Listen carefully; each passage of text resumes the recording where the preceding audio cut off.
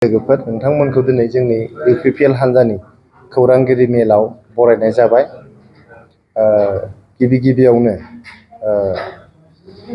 जम्मु काश्मीर रायजोनि पहलगाम होननाय मोनसे जायगायाव जोबोद दुखुनांथाव चिउरियाफोरनि जे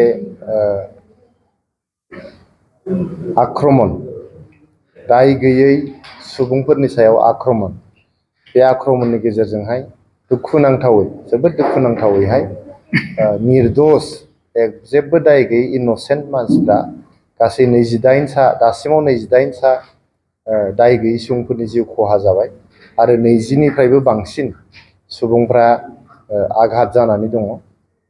जायफोर बिथांमोना दाय गैयै सुबुंफ्रा बेसेन गोसा जिउ खोमानानै लानो गोनां जाबाय। नैबे चिउरियाफोरनि गावगुलुंनायनि गेजेरजों बे जिउ गोमालांनाय सुबुंफोरनि जिउमानि आलो गोजोननि थाखाय जों इउपिपिएल हान्जानिफ्राय आर'ज गाबदों आरो जोङो कन्डेम खालामदों। बियो जोबोद मोनसे गाज्रि जाथाय जादों। मोनसे कावार्डिस, गिख'फोरासो बेबायदि जाथायखौ खालामो आरो बे चिउरिया हान्जाफ्रा जोबोद बेयो निन्दनीय खामानि जादों आरो जोङो कन्डेम खालामदों। बेबायदि माने चिउरियाफोरनि खामानिखौहाय बेखौ खालामनो नाङामोन। जोङो भारत सरकारखौ खावलायदों, जोंनि मानगोनां भारतनि प्रधान मन्त्रि नरेन्द्र मदि सारखौ खावलायदों, अमित शाह सारखौ खावलायदों, जाहाथे बे चिउरियाफोरनि हेंथायै गोख्रोंनिफ्राय गोख्रोंसिन हाबाफारि लायो।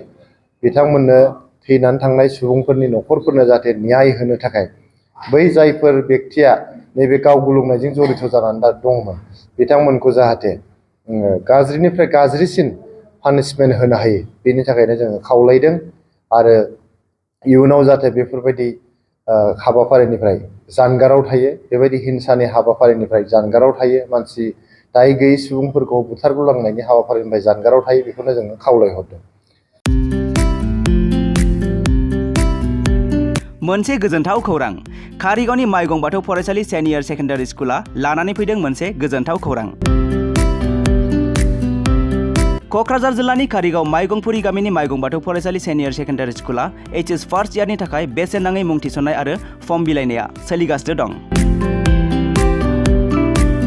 बे माइगं बाथौ फरायसालि सेनियर सेकेन्डारि स्कुलाव आर्ट्स स्ट्रिमनि थाखाय इंलिश, बड' एबा MIL इक'नमिक्स, एजुकेसन, एडभान्स बड', हिस्ट्रि, पलिटिकेल साइन्स आरो अल्टि इंलिश गासैबो आयदाखौ मोननो हागोन। आरो बे माइगं बाथौ फरायसालि सेनियर सेकेन्डारि स्कुलाव इंराजि आरो बर' मोन्नैबो बिजों थागोन। लोगोसे बे फरायसालियाव हिन्जावसा आरो हौवासाफोरनि थाखाय आलादा आलादा हस्टेलनि फेसिलिटिबो दं।